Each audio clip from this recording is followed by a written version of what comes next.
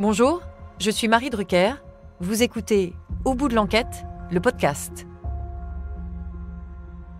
On les appelle cold case, ces affaires classées réputées insolubles.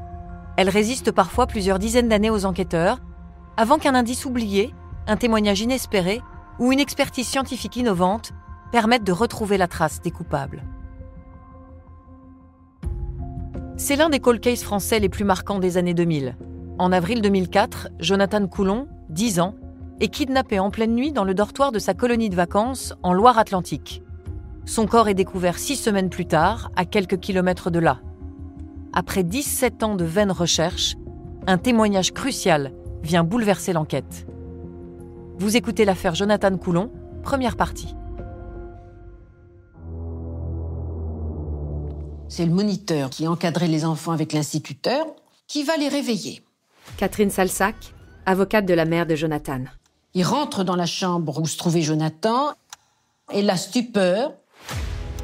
Personne dans le lit de Jonathan. Il leur demande « Est-ce que vous avez vu Jonathan ?» Personne lui répond. Et tout le monde commence à le chercher. On l'a appelé partout. On pensait à une plaisanterie, une cachette. Janine, conductrice d'autocar de la classe de mer. Et puis, ça a duré.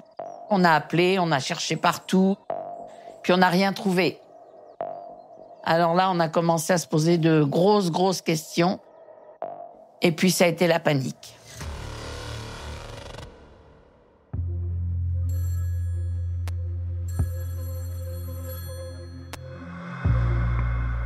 Le 7 avril, mon ex-mari reçoit un coup de téléphone. Virginie Lacombe, mère de Jonathan. Et dans les 5 minutes qui suivent, le téléphone vole dans la pièce. On est dû annoncer que Jo n'était plus au centre, qu'il ne savait pas où il était. Mon ex-mari, je ne l'ai pas cru du tout. Je dis que c'était un menteur, que c'était pas possible, que mon fils n'a pas pu partir comme ça, que c'était du n'importe quoi.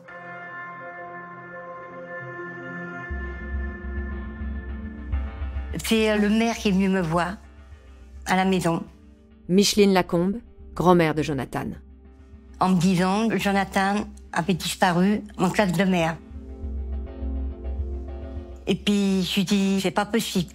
Ici, il me dit vous voyez, il est parti, il reviendra plus. Je l'ai senti tout de suite. Et je le ressens tout le temps.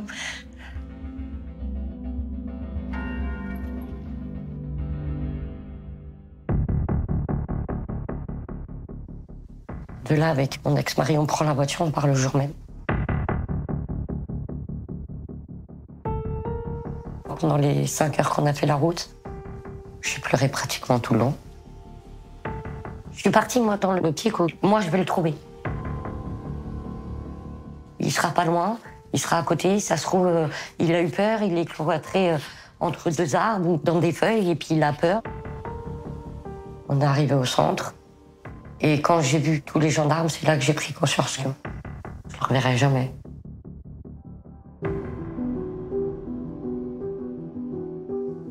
Jonathan, c'était mon premier. Et je l'ai vu, j'avais 17 ans. C'est lui qui a fait de moi une maman, et une maman très heureuse. C'était l'amour de ma vie. Jamais je l'appelais Jonathan. Son petit surnom, des fois, c'était Titi, Jo, Cowboy, ça dépendait des jours. Cowboy, c'est quand il était en jean et chemise, avec sa casquette. Il aimait beaucoup ce surnom. Il vit dans un petit village, Orval, qui est situé dans le sud du Cher. Il a la vie d'un petit garçon de 11 ans, c'est-à-dire qu'il a son papa, il a sa maman, il a 3 sœurs. C'était un petit garçon très gentil. Et puis il était très câlin. Puis il aimait bien venir chez mamie et papy. Comme on n'habitait pas loin, alors il venait. Jamais de colère avec nous, rien. Puis très solitaire, hein. Il pouvait rester dans un petit coin pendant 1 heure, même 2 heures, ça lui faisait rien du tout, hein. Il avait ses copains imaginaires. Donc des fois, c'était marrant. On l'écoutait parler, mais il parlait à son copain. Alors, il faisait des courses de voiture avec le copain. Il aimait bien jouer tout seul dans sa chambre. Il était dans sa petite bulle.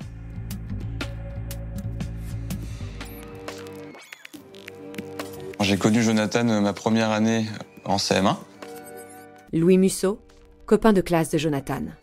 Les premiers jours où j'ai commencé l'école, on s'est retrouvés dans la même classe.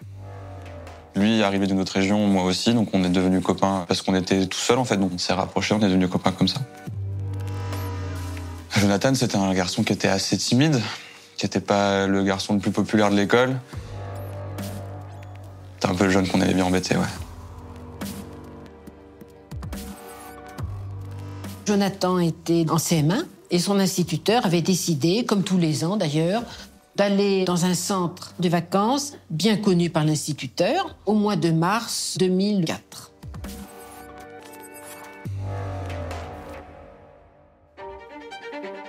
L'idée, c'est de leur permettre de partir en classe de mère.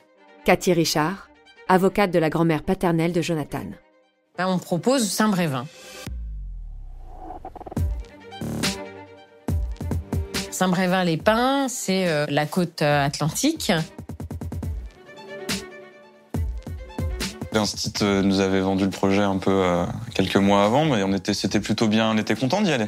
Moi, surtout que j'avais fait une classe de mère l'année d'avant dans mon ancienne école, donc je savais ce qui allait se passer, comment ça allait s'orienter. C'était quelque chose qu'on attendait, on était contents d'y aller.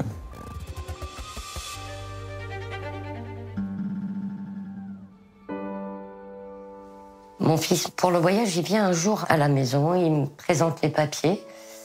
Moi, une maman poule qui n'aime pas que ses enfants aillent trop loin d'elle, je refuse. Je lui ai dit non, c'est pas la peine. Il en parle au maître et le maître me convoque pour qu'on en discute. Parce qu'il y avait l'aspect aussi financier derrière qui faisait aussi que ça pouvait être compliqué. Le maître me fait comprendre qu'il y avait des aides, qu'il y avait tout ça. Et mon fils me dit « Maman, est-ce que tu te rends compte que je serais peut-être le seul à pas y aller ?» Donc j'ai fait le nécessaire pour qu'il puisse y aller et j'ai accepté qu'il parte. J'ai vu son sourire, mais... Et puis je me suis dit, voilà, je peux pas lui faire ça, il veut y aller. Peut-être qu'il pourra jamais retourner à cet endroit, donc j'ai accepté qu'il puisse y aller. Et pour Jonathan, c'était une découverte puisque c'est la première fois qu'il allait voir la mer.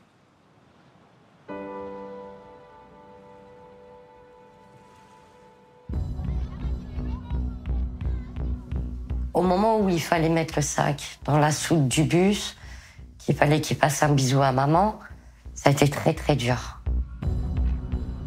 J'ai attendu que le car parte pour pleurer. La dernière image que j'ai de lui, c'est mon petit blond frisé, aux yeux bleus, sa petite boucle d'oreille.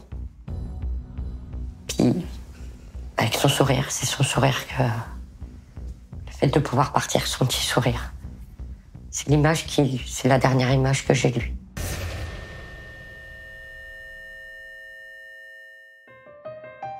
J'étais conductrice d'autocar. C'était la 3e année que je partais sur Saint-Brévin. Janine, conductrice d'autocar de la classe de mère. Je suis partie donc avec cette classe d'Orval, avec l'instituteur, les animateurs, des enfants super gentils, pas du tout voyous. Mon rôle, c'était de les transporter dans tout leur périple de visites, d'activités, etc. On a la visite du port de Saint-Nazaire. Ils sont hébergés dans une structure qui appartient aux pupilles de l'enseignement public du Cher. Emmanuel Danielou, journaliste et ancien reporter à la Nouvelle République. Les fameuses PEP 18, comme on dit dans le Cher, comme il y en a un peu partout en France. Moi, je voulais être avec lui dans la chambre. Dans les jeunes avec qui on était dans la chambre, il n'était pas copain avec tous, mais comme c'était mon pote à moi, je voulais qu'il soit avec nous. J'ai tout de suite pris le lit superposé parce que chez moi, j'avais un lit superposé et que je voulais retrouver ça. J'ai le souvenir que Jonathan n'a pas vraiment eu le choix de choisir son lit et qu'on lui a dit « Toi, tu te mettras là ».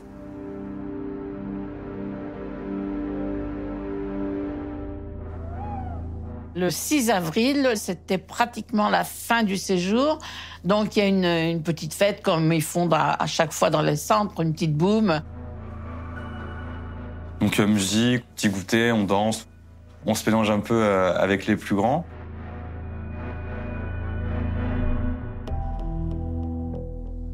Pour Jonathan, ça se passe moins bien, parce qu'au moment des slows, il veut inviter une des filles de la classe à danser avec lui. La fille en question refuse. Donc lui est déjà très mécontent de ce refus. Nous, on en rajoute une couche en plus, en se moquant un peu. Et il s'en va de la boum très triste et en larmes.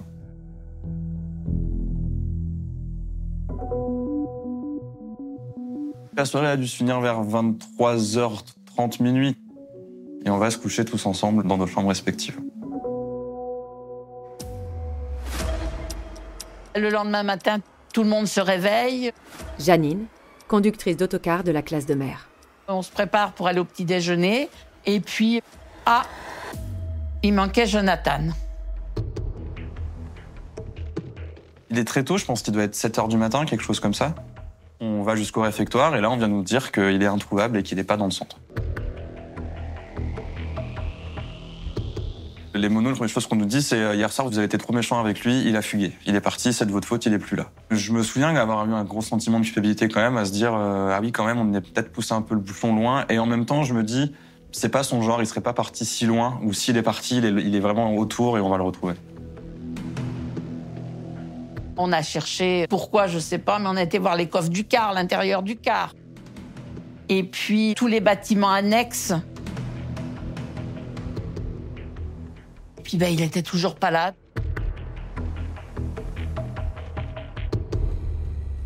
Je reçois l'appel de mon patron qui me dit « Bon, il y a une disparition d'enfants sur la Loire-Atlantique. Ça serait peut-être bien que tu prennes la route et puis que tu rejoignes Saint-Brévin. » Thierry Lezeau, ancien gendarme de la section de recherche de Rennes.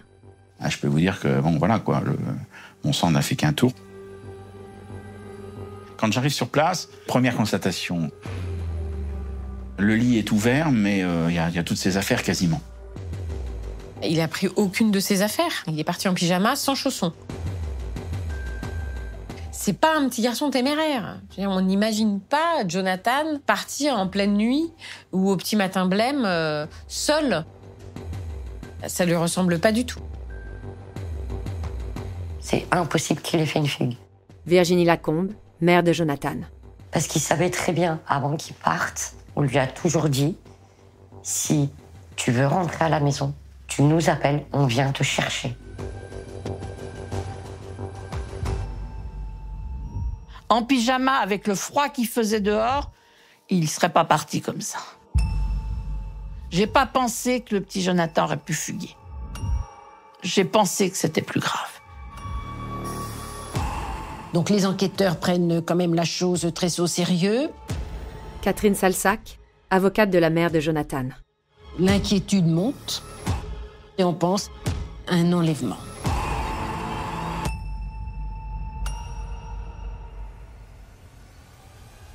En rentrant en pleine nuit dans ce bâtiment, le ou les auteurs, quelle visibilité ils pouvaient avoir? Qu'est-ce qu'il y avait comme lumière? Les blocs issus de secours, simplement, est-ce que ça suffit pour bouger et se déplacer dans ce couloir qui était sombre? Ou avait-il une lampe avec lui? En rentrant dans cette chambre, il a touché à quoi? Est-ce qu'il a touché à un interrupteur? La porte, quel est le point de contact le plus logique? Donc là, on va chercher là. Aucune trace, notamment trace de sang. Une chose qui était très importante, c'est la saisie de tout ce qui est literie. Donc le traversin, la housse. Les traces au sol, on ne pouvait pas de toute façon les prendre en compte, puisque énormément de gens étaient rentrés, piétinés, sortis.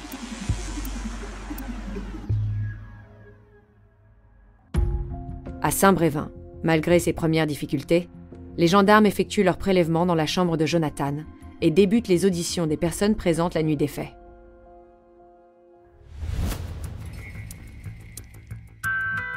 Il y a plein de gens qui sont entendus. Ça va du chauffeur de bus à l'encadrement, aux autres enfants.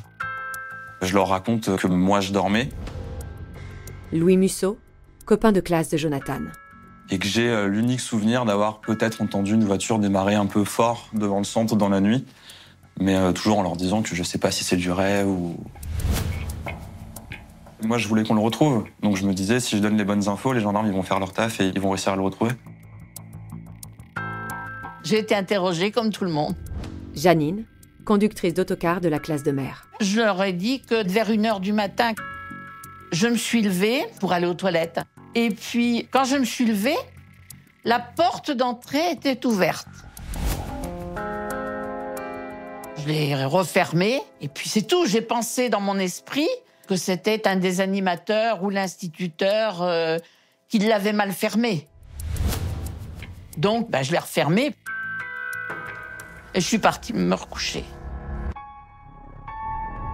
Mais avec le recul, on se dit que peut-être quand je me suis levée, l'individu était dans les locaux. Et que j'aurais peut-être pu faire quelque chose.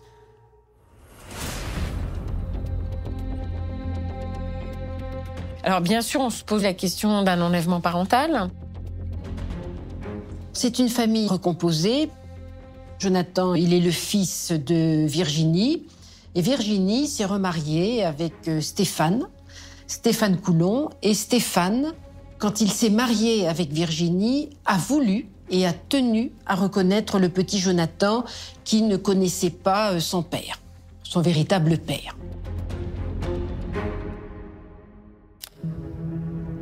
Donc là, effectivement, on va se poser la question du père biologique de Jonathan. Au début, il soupçonnait d'être venu le chercher, vu que c'était son géniteur. Donc il savait qu'il était là, qu'il serait venu le chercher parce qu'il voulait l'avoir avec lui. Il a été entendu, et puis il avait un alibi. Il ne se trouvait pas du tout dans la région de Saint-Brévin. Je crois qu'il était en région parisienne. Donc on a écarté cette hypothèse.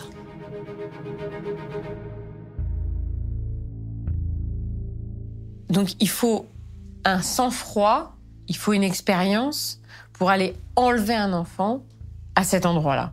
Cathy Richard, avocate de la grand-mère paternelle de Jonathan. C'est-à-dire qu'on est face à quelqu'un qui, s'il ne connaissait pas, s'il ne fait pas partie des proches de Jonathan, est forcément un prédateur. On avait des pancartes sur la porte et puis c'était pas non plus très compliqué de savoir que les chambres n'étaient pas mixtes. Il voulait forcément enlever un garçon. Et en fait, si on suit sa logique, il a pris la première chambre de garçon qu'il a croisée, le premier lit sur la droite. Jonathan était le choix le plus simple. Quand on est arrivé, j'avais un besoin de me rendre compte dans quel contexte il était. Vous avez la porte coupe-feu et tout de suite à côté, la chambre de mon fils. Et quand on rentre, oui, la première chose que j'ai vue, c'était le doudou sur son lit. Donc j'ai su tout de suite que c'était son lit. J'ai fait le tour. Je me suis aperçue que la porte coupe-feu ne fonctionnait pas. C'est-à-dire que tout le monde pouvait rentrer comme dans un moulin. On se rendra compte bien trop tard. En réalité, ces locaux, ils présentent des problématiques de sécurité importantes. Derrière, on a un immense parc qui donnait sur une route à 4 voies que les gens du coin appellent la route bleue. Emmanuel Danielou, journaliste et ancien reporter à la Nouvelle République. Et c'est une route de passage important.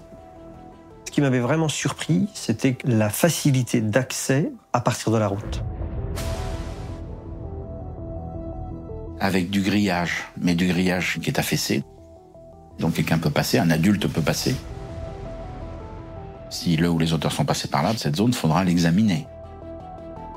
Ces zones de recherche vont être définies assez rapidement. La 4 voies, la plage, les bois. Et puis il faut du monde pour faire des ratissages, genou contre genou, coude contre coude, on doit être les uns à côté des autres. Tout de suite on se rend compte, mais ça va être extrêmement complexe, quoi.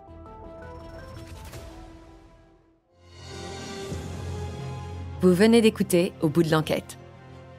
Si vous avez aimé ce podcast, vous pouvez vous abonner sur votre plateforme de podcast préférée et suivre Initial Studio sur les réseaux sociaux. Au bout de l'enquête est un podcast coproduit par Initial Studio, Enibas Productions et France Télévisions, adapté de l'émission audiovisuelle éponyme produite par Enibas Productions et France Télévisions. Cet épisode a été écrit et réalisé par Stéphanie Bergeron. Vous pouvez retrouver l'émission Au bout de l'enquête sur France 2 ou en replay sur France.tv. Production exécutive du podcast, Initial Studio. Production éditoriale, Sarah Koskiewicz, Astrid Verdun, assistée de Marie Agassan. Montage, Victor Benamou, avec la voix de Julie Drey.